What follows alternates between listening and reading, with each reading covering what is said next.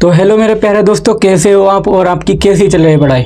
उम्मीद है आप सब अच्छे होंगे, आपकी पढ़ाई भी एकदम बेहतरीन और बिंदास चल रही होगी। तो अगर कल पेपर देने जा रहे हो तो ये वीडियो आपके लिए एकदम रामबाण साबित होने वाली है, क्योंकि भैया मात्र हमें 4 टॉपिक ऐसे बताएंगे जो हर साल पूछे जाते हैं। उसमें से भैया एक टॉपिक पूरे का पूरा 5 नंबर का आता है, और नहीं मानते तो भैया अनफोल्ड पेपर उठा लीजिए, जो प्रीवियस ईयर के क्वेश्चन पेपर हैं उनको उठा के देख लीजिए, यही सब क्वेश्चन आपको मिलेंगे। तो कौन कौन से भैया जो 4 टॉपिक हैं जो हर साल रिपीटेड होते हैं वो बताएंगे। बढ़ते हैं टॉपिक की तरफ। तो भैया टॉपिक क्या है भैया, पहला है भैया पीएन संधि डायोड का उपयोग करके अर्ध तरंग दृष्टिकारी का परिपथ खींचिए तथा कार्यविधि, उसकी जो कार्यविधि है उसको भी समझाइए अच्छी तरह से। तो चलिए भैया इसे समझते हैं अच्छी तरह से। पहले परिभाषा पढ़ लेते हैं, फिर चित्र के माध्यम से समझेंगे इसे।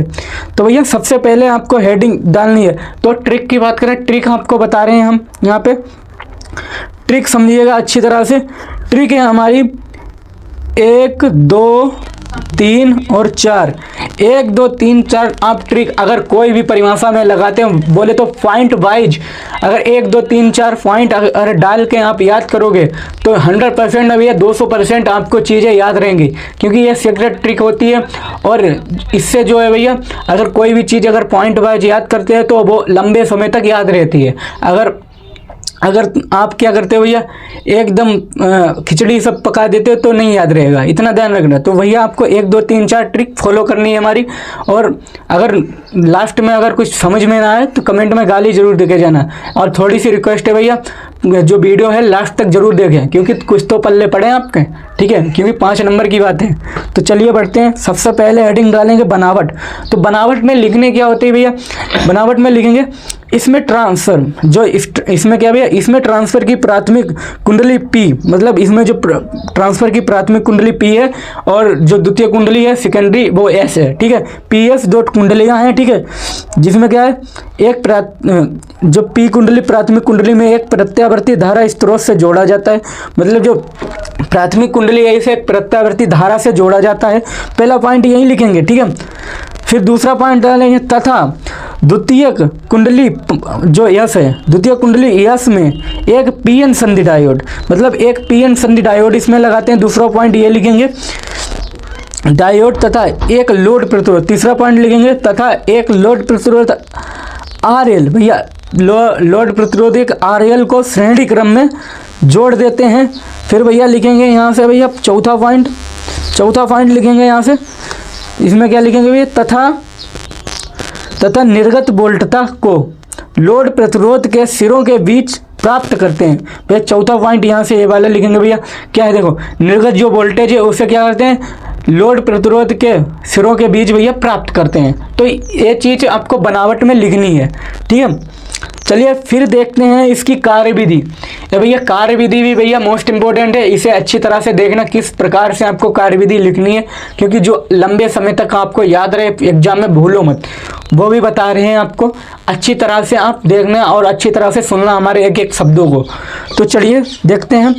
तो भैया कार्यविधि क्या लिखेंगे भैया, निवेशी प्रत्यावर्ती वोल्टेज के धनात्मक अर्ध चक्र में, मतलब समझिएगा इधर, जो निवेशी प्रत्यावर्ती वोल्टेज के इसमें क्या है धनात्मक अर्ध चक्र में, ठीक है, निवेशी प्रत्यावर्ती अर्ध चक्र में क्या भैया, जब द्वितीय कुंडली का सिरा AB, जो द्वितीय कुंडली का सिरा AB के सापेक्ष धनात्मक होता है, मतलब समझिएगा भैया जो AB जो सिरा है द्वितीय कुंडली का वो क्या भैया धनात्मक हो तब क्या होता है भैया, तो संधि डायोड अग्रदिशी की स्थिति में होता है। जब क्या होता है भैया, द्वितीय कुंडली का सिरा धनात्मक होता है तो क्या होता है, ये क्या होता है, अग्रदिशी की स्थिति में हो जाता है, ठीक है। तो देखिए भैया अच्छी तरह से क्लियर कर लीजिएगा अपना, ठीक है। फिर आगे देखते हैं, इस अवस्था में लोड प्रतिरोध RL में धारा C से D की ओर बहने लगती है। इसके बाद ऋणात्मक अर्ध चक्र में जब कुंडली का सिरा AB के सापेक्ष, मतलब यहाँ पर समझिएगा, पहले इतना समझ लेते हैं फिर आगे बढ़ते हैं। इस अवस्था में लोड प्रतिरोध RL में धारा C से D की ओर बहने लगती है, ठीक है।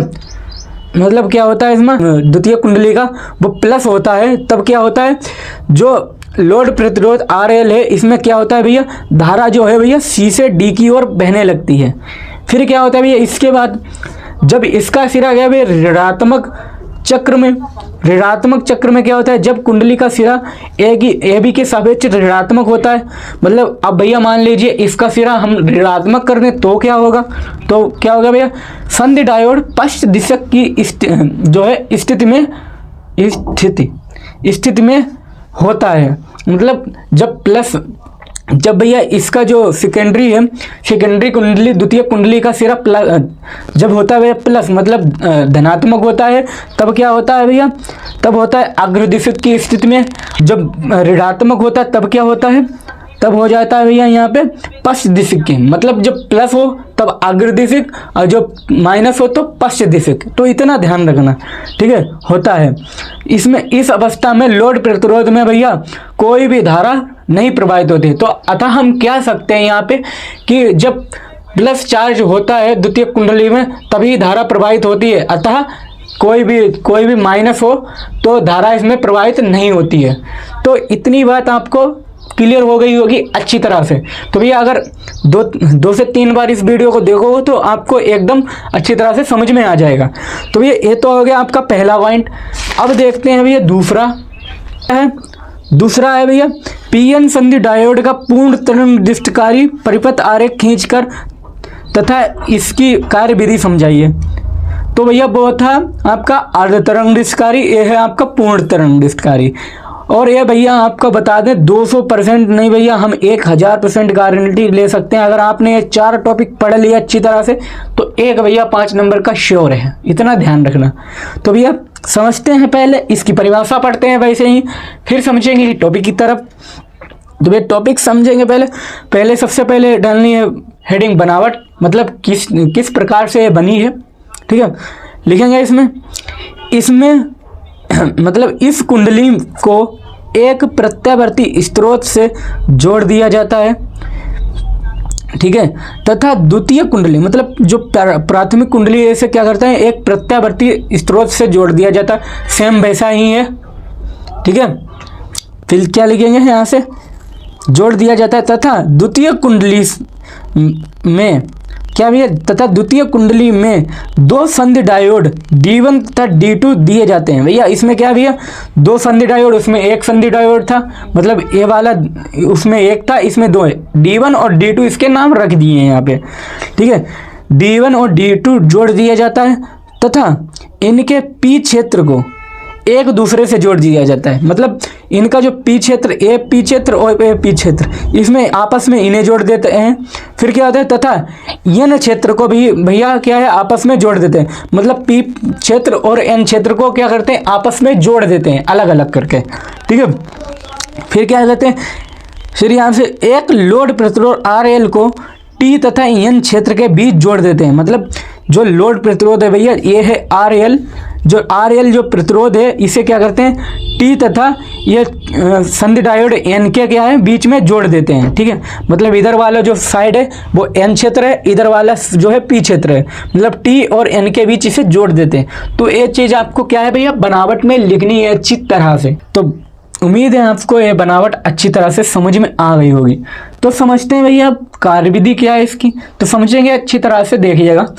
तो निवेशी प्रत्यावर्ती वोल्टेज के धनात्मक अर्ध चक्र में जब द्वितीय कुंडली का सिरा AB के सापेक्ष क्या भैया धनात्मक हो तो भैया संधि डायोड D1 जो होता है भैया, जो D1 होता है वो अग्रदिशिक की स्थिति में होता है, ठीक है। इस अवस्था में D1 से धारा D की ओर क्या होती है भैया बहने लगती है। तो यहाँ से आपको अब हम समझाएंगे। तो भैया इसमें क्या बोला है, जो भैया द्वितीय कुंडली होती है उसमें AB के सापेक्ष जो होता है, जो सिरा AB का क्या हो भैया धनात्मक हो तो क्या होता है भैया D1 से धारा क्या होती है, जो D1 होता है वो अग्रदिशिक की स्थिति में हो जाता है और इसमें D1 से धारा D की ओर बहने लगती है, ठीक है। तो इतनी बात आपको क्लियर हो गई होगी। अब समझेंगे और फिर क्या करेंगे भैया, लिखेंगे जब इसी प्रकार क्या करेंगे, इसी प्रकार जब ए बी के सापेक्ष जो होता है ऋणात्मक सिरा हो जाए तब क्या होगा, धनात्मक होता है तो अग्रदिशिक की स्थिति में हो जाता है। और जब इसी प्रकार भैया ऋणात्मक हो तो क्या होता है, तो D2 अग्रदिशिक की स्थिति में होता है तथा D1 पश्च दिशिक की स्थिति में हो जाता है। इस अवस्था में धारा का प्रवाह D2 से C से D की ओर बहने लगती है, जबकि D1 में धारा का प्रवाह शून्य होता है। इस प्रकार दोनों डायोडों का चालन स्थिति में होती है। ठीक है, तो इस प्रकार इसको भी आपको लिखना है कार्यविधि अच्छी तरह से। तो इतनी बात आपको क्लियर हो गई होगी। तीसरा टॉपिक है वो क्या कह रहा है भैया, तीसरा जो टॉपिक है वो है आपका पीएन संधि डायोड अग्र अभिनत या बोलेगा भैया अग्रदिशिक। अग्र अभिनत बोले या अग्रदिशिक एक ही बात होती है। ठीक है, तो इसका हम पहले फिगर समझ लेते हैं अच्छी तरह से। तो भैया ए रहा आपका फिगर। ठीक है, इसमें क्या होता है भैया, एक पी क्षेत्र होता है, एक एन क्षेत्र होता है। जो पी क्षेत्र होता है उसमें होते हैं क्वार्टर। ठीक है, जो होते हैं भैया उसमें पी क्षेत्र में क्या होते हैं, क्वार्टर होते हैं, और एन क्षेत्र में होते हैं इलेक्ट्रॉन। ठीक है, इतनी बात आप क्लियर कर लेना अच्छी तरह से। अगर ये चीज़ आपने अच्छी तरह से समझ ली, पहला जो टॉपिक है वो समझ लिया अच्छी तरह से, दूसरा वाला तो आप रूप ही तैयार हो जाएगा, क्योंकि सेम ही है, थोड़ा सा चेंजेस है वो भी बता देंगे आपको। तो चलिए, जो पी क्षेत्र में क्वार्टर है, एन क्षेत्र में क्या है भैया, इलेक्ट्रॉन है। इसे क्या करते हैं भैया, एक बैटरी से जोड़ देते हैं। पी क्षेत्र को बैटरी से जोड़ते हैं और एन क्षेत्र को एक बैटरी से जोड़ देते हैं। तो चलिए भैया, चित्र आप समझ गए होंगे अच्छी तरह से। अब देखते हैं इसकी परिभाषा अच्छी तरह से। तो देखें भैया, जो भैया एक बैटरी है यहाँ पे, जब एक बैटरी के धन सिरे से पीएन संधि डायोड के पी क्षेत्र से तथा ऋण सिरे से एन क्षेत्र को जोड़ दिया जाता है तो इसे अग्र अभिनत की स्थिति में कहते हैं। तो इतनी बात क्लियर हो गई होगी आपकी, क्लियर हो गई कि नहीं। तो अब देखते हैं इधर भैया, अब देखेंगे नीचे परिभाषा लिखेंगे। अब अग्र अभिनत की स्थिति में पी क्षेत्र में उपस्थित क्वार्टर, मतलब जो अग्र अभिनत है पहला वाला पी क्षेत्र में क्वार्टर उपस्थित है। ठीक है, पी क्षेत्र में उपस्थित क्वार्टर तथा एन क्षेत्र में उपस्थित इलेक्ट्रॉन संधि की ओर चलने लगते हैं। मतलब जो बीच में जो पीएन संधि लगी है इसमें क्या होता है, इधर से ये वाले चलेंगे भैया और इधर से ए वाले चलते हैं। ठीक है, चलने लगते हैं। ठीक है, संधि की ओर चलने लगते हैं। तो क्या होता है भैया, आवेश वाहकों का वितरण होने लगता है तथा इसमें क्या होता है, आवेश वाहकों का क्या होता है, वितरण। वितरण का मतलब होता है एकदम भैया चलने लगते हैं, वितरण होने लगता है इनका। ठीक है, एवं संधि पार करके ये आपस में क्या करते हैं, सहयोग कर लेते हैं। ठीक है, तो ये भैया हो गई आपकी ये वाली तीसरा पॉइंट हो गया। अब देखते हैं भैया जो चौथी परिभाषा है भी देख लीजिए। अगर आपने ये चार परिभाषा अच्छी तरह से पढ़ ली तो भैया आपके 3 से 5 नंबर कहीं नहीं जाने वाले हैं, इतना ध्यान रखना। और आपको अच्छी तरह से बता दिया, इस प्रकार से आप तैयार करना तो अच्छी तरह से तैयार हो जाएगा। चलिए भैया समझते हैं, पीएन संधि डायोड पश्च अभिनत या पश्च दिशिक बोलेगा, कुछ भी बोले, पश्च अभिनत बोले या पश्च दिशिक बोले, बात एक ही है। ठीक है, इसका भी भैया चित्र वही है। इसमें क्या होता है भैया, उसमें क्या होता है भैया, आपस में क्या होते हैं, चलने लगते हैं, टकराव होता है। इसमें क्या होते हैं, ए भैया दूर दूर भागते हैं। ठीक है, इसमें क्या होते हैं भैया, इसमें दूर दूर भागते हैं और इसमें क्या भैया, चिन्ह पलट जाते हैं। उधर क्या था, इधर माइनस था, इधर प्लस था, इधर क्या है, इधर प्लस है, इधर माइनस है। ठीक है, लिखेंगे भैया यहाँ पे, जब संधि डायोड का पी क्षेत्र बैटरी के ऋण सिरे से तथा एन क्षेत्र बैटरी के धन सिरे से जोड़ा होता है तो इस संधि को पश्च अभिनत की या उत्क्रम अभिनत कहते हैं। उत्क्रम अभिनत भी बोल देता है कभी कभी। ठीक है, तो इतना ध्यान रखना। तो भैया उसमें क्या था, जो पी क्षेत्र को भैया क्या करते थे, धन सिरे से जोड़ा था। इसमें क्या है, पी क्षेत्र को ऋण सिरे से जोड़ा है और एन सिरे को धन सिरे से जोड़ा है। ठीक है, फिर लिखेंगे, इस स्थिति में पी क्षेत्र से क्वार्टर तथा एन क्षेत्र से इलेक्ट्रॉन दोनों संधि से दूर जाने लगते हैं। उसमें क्या था भैया, उसमें क्या था, जो संधि के पास आ रहे थे इसमें क्या दूर जाने लगते हैं। ठीक है, अतः वे कभी भी संधि के पास सहयोग नहीं करते, मतलब आपस में कभी भी नहीं टकराव करते हैं भैया, ये दूर ही दूर रहते हैं। मतलब इनसे लड़ाई झगड़ा चलता रहता है इनके बीच में। ठीक है, ये दूर ही दूर रहते हैं। ठीक है, आप ये सहयोग नहीं कर सकते। इस प्रकार डायोड का बहुसंख्यक वाहकों के कारण कोई भी धारा नहीं होती है। मतलब इनके बीच भैया जब टकराव नहीं होगा तो धारा क्या खास होगी, ठीक है। तो इनके पास ना टकराव होता है ना धारा होती है। और इसका बात करें तो ये किस प्रकार से पूछा जाएगा ये भी बता दें। ये पूछा जाएगा मतलब संधि डायोड के में भैया जो धारा का प्रभाव कैसे होता है।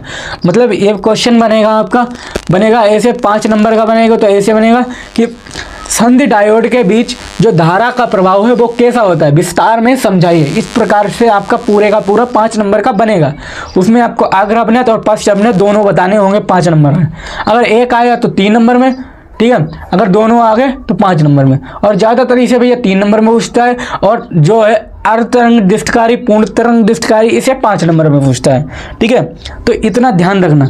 तो चलिए भैया अच्छी तरह से इसे स्क्रीनशॉट कर लीजिए, इसे भी कर लीजिए अच्छी तरह से स्क्रीनशॉट, और इसे भी कर लीजिए, और इधर इसे भी कर लीजिए, और भैया इसे और इधर तो कर लीजिए अच्छी तरह से। तो ट्रिक ध्यान रखना हमने जो बताई, इस प्रकार आप अगर पढ़ोगे तो 1% भी आपको दिक्कत नहीं होने वाली है। तो आज की इस वीडियो में इतना ही। कैसा लगा आज का वीडियो, और आज से आपके पेपर भी समाप्त होने वाले हैं, तो अच्छी तरह से देख लीजिएगा। तो जय हिंद जय भारत, और सब्सक्राइब जरूर कर लीजिएगा चैनल को।